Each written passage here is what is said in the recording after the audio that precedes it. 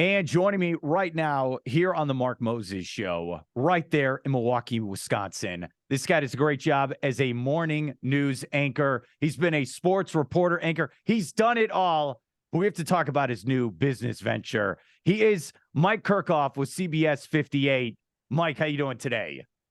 Very good, Mark. How are you? I'm doing just fine. And I had to get you on because this is very key now. All right.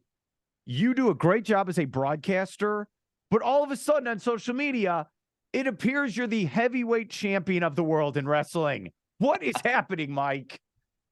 Yeah, the last 18 months have been a wild ride. Actually, 1 year ago, this past Sunday, was my debut in ring as Iron Mike Curkov in one of the local promotions in Wisconsin, Great Lakes Championship Wrestling. And it's been unbelievable ever since. I started training 6 months before that. So I say it's been an 18-month ride so far. And it continues. Pro wrestling, like actually in the ring, not goofing around, like I'm doing it. See, Mike is like a respected journalist, and he will post videos of like, hey, I'm interviewing this person. I'm trying to help the community. But lately, it's just all wrestling. Are you transitioning away from TV? What's happening? I don't talk too much about the awards that I have won, but over the summer, at the beginning of May, I won the Best News Writing Award in the state for the second year in a row. Nice. 4 years later, I won the Tag Team Championship. It was wild, and it was two very different ends of the spectrum here. Okay, and let's clarify something. This is not like, Ben Stiller shows up at WrestleMania and just gets slapped in the ring. You are full on in the ring doing Stone Cold Stunners, body slams, top rope. How did this happen where you got involved doing wrestling? So thank you for saying that, because that part of it was really important to me, to not be goofing around, to not be making a joke out of it at all, but taking it very seriously.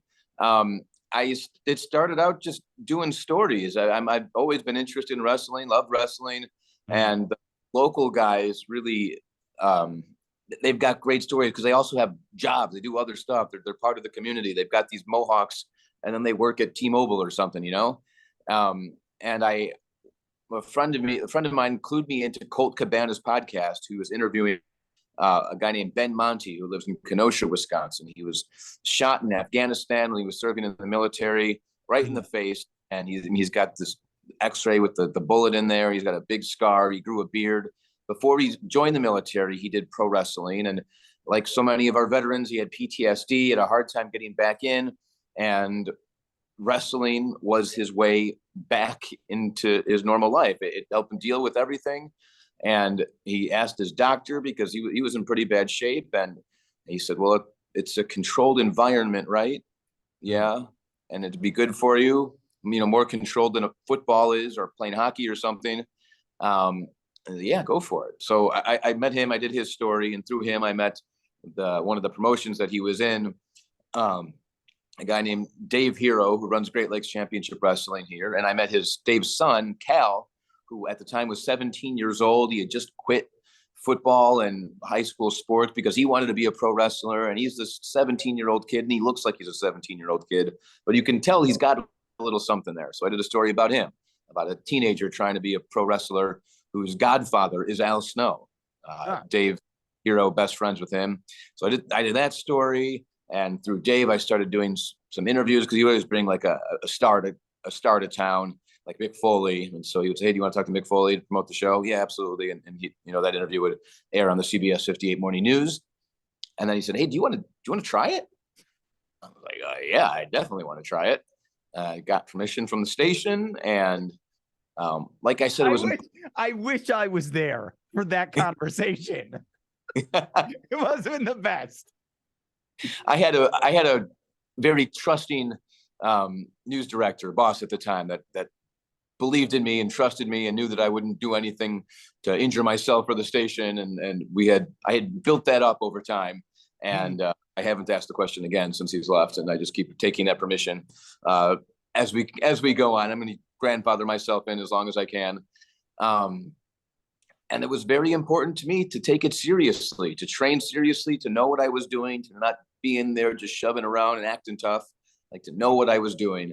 And the wrestlers appreciated that, and the fans did. But still, that first match, everyone expected not very much from me. The news guy in here. It was a three-way tag match, or a 3-on-3 tag match. Me and the Gun Club, Austin and Colton Gunn, against Kevin Thorne and a local team, the local tag champs, the Express. And I think I shocked everyone, including the fans and the wrestlers. And it was like, oh, okay. And the fans got into it. And he said, do you want to do this again? And so I kept training, and all of a sudden it's June, and I'm tag team champions with Al Snow. And I'm wrestling in front of people at all kinds of shows. And it's just been an incredible ride, continuing this past Saturday at Blizzard Brawl 2022.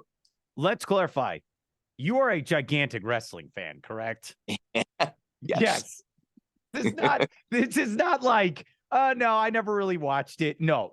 You are hardcore. I know you. I just want our listeners to know that.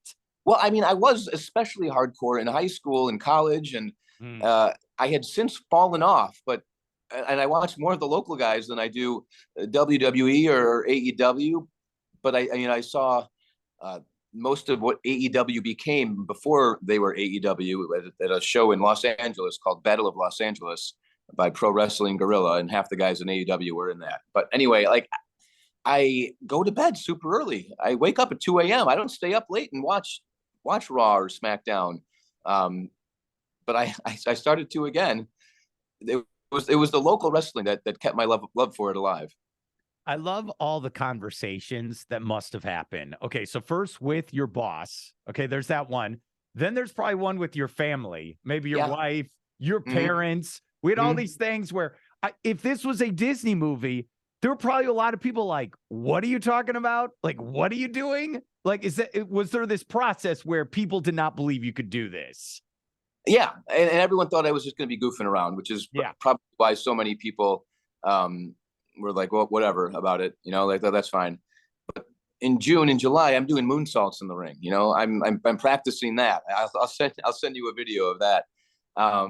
But leading up to that first match, I didn't tell anyone that didn't need to know. I only told my wife, and I only told my boss, because those are the two permissions that I needed to do it. I didn't tell anyone else. I didn't tell anyone I was training. I mean, I hired a personal trainer. I changed my diet. I didn't tell anyone that I was training in the ring either. And all of a sudden, like a week before, I start posting pictures to promote it. And everyone's like, whoa, what's been going on here? Yeah. They didn't even know I was doing it until the week before. Mike Curkov, I appreciate coming on because I have so many questions. My favorite part about you is like the promotional photos where it's you smiling, like the other guys like grit and dirty and, like, I'm a tough guy from the streets. You're like, hi, I'm Mike. How's it going? Did you do that on purpose? I'm the news anchor in the ring too. I'm just me. That's the character. I come out to one of the promotional songs that we have here at the station, Milwaukee home. One of those cheesy news songs. I come out to that. I wear my CBS 58 shirt with the sleeves cut off out to the ring. And, I'm very much the news anchor. And that's one of the reasons that people that we talked to, even on Saturday, said that they pull for me and they root for me because they know that I just, was a regular guy that had a job and got an opportunity and took it very seriously. And they kind of feel like that could be them one day. Okay. Why the kind of high school wrestling attire? That's my other question. Why do we go with that look? Well, it's the blue.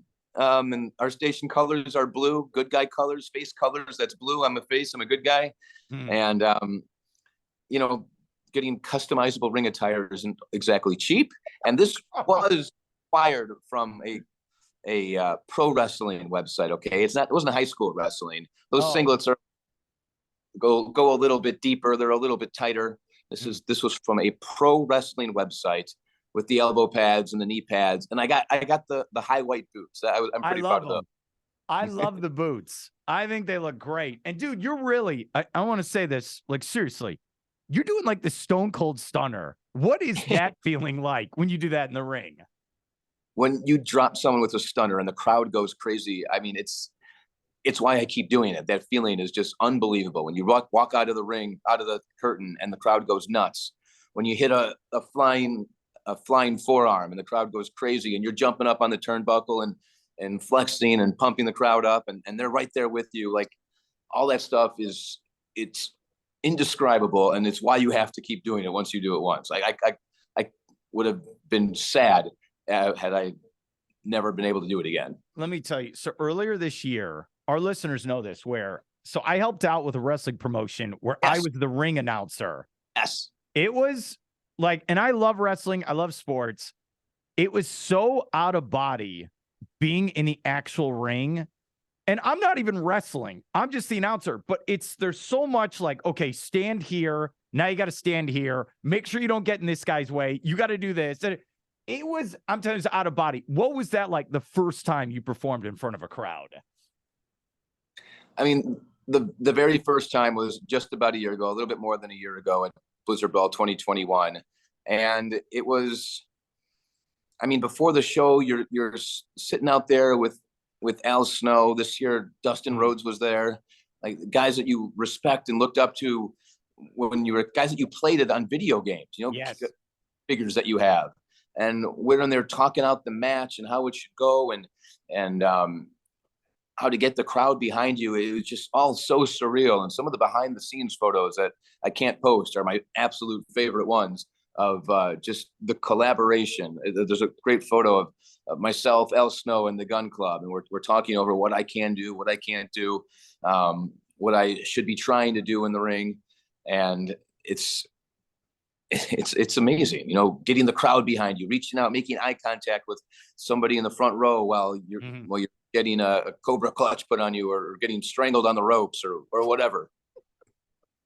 Where are we going with this, buddy? Maybe that's the question. That is a question that has no answer right now. Saturday's match was a retirement match. So I retired Mordecai. He can't come back, at least not to Wisconsin. But my career continues. I don't know what's next. I am booked for December 2nd, 2023 for Blizzard Brawl 2023. But now and then, I hope there's a lot more than that. Do I need to go to this now? Do I have to fly up and go to Blizzard Brawl? Yes. I need to go. Can I be your manager? Like, what can I do to help out Iron Mike? You can let the world know what Iron Mike is doing right now. And that's exactly what he's doing. And I hope people see it, because I can't imagine that there are any other morning news anchors that are also really professional wrestling right now. Your mom always tells you you're one of a kind, but like, I think this has got to be one of a kind, right? There can't be any others. I never thought, okay, so when I met you, almost 20 years ago, when you think about the timeline now, I never thought 20 years from now, you'd me be talking about your professional wrestling career. That was not part of the plan. Right? I mean, this started when I'm 37. Oh. It didn't start until 37.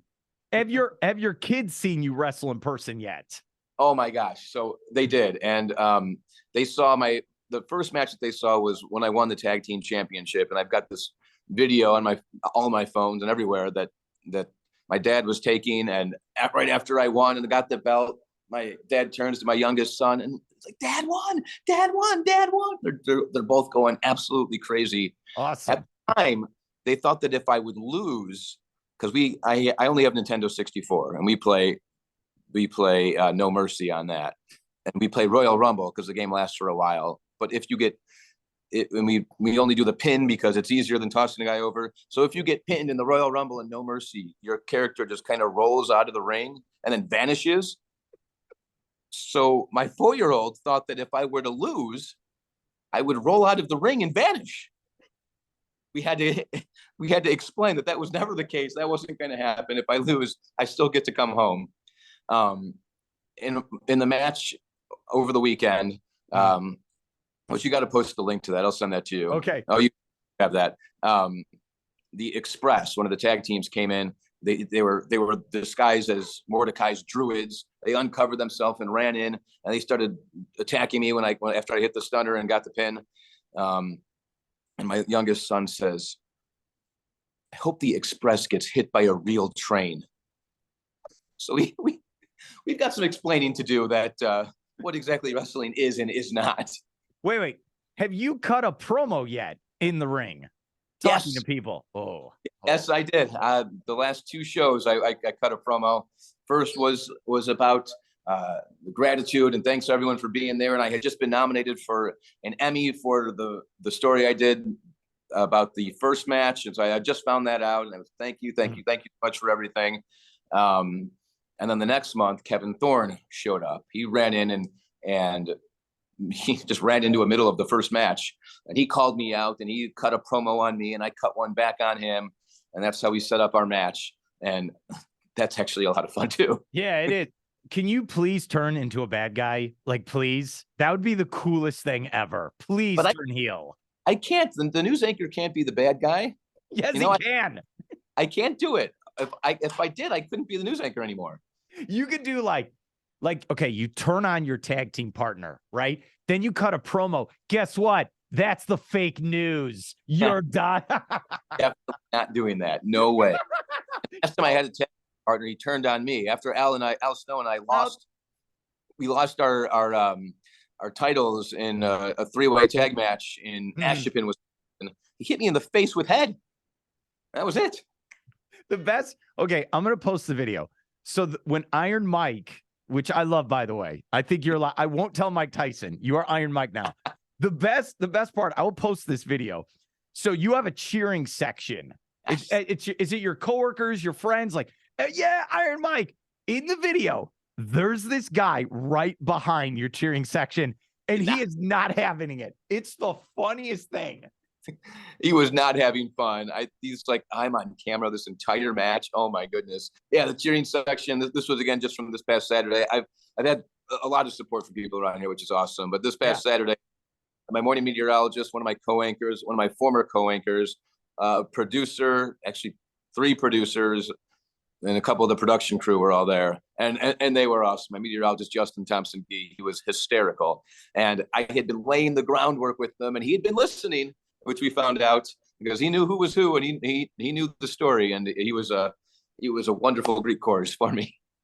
Have you shown up to the TV news in the morning with like a black eye after any like is there any bruises on your face? Like, what's happened? No, I had a pretty big mark right here, but it was gone. My voice was super hoarse on Monday from screaming so much.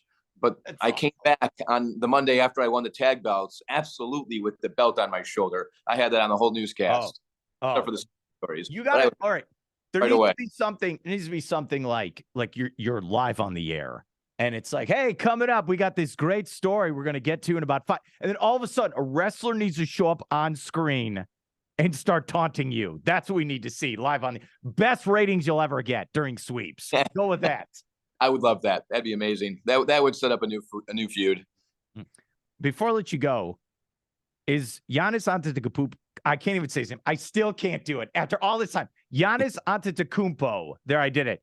Is he the man in Milwaukee? The man. Absolutely.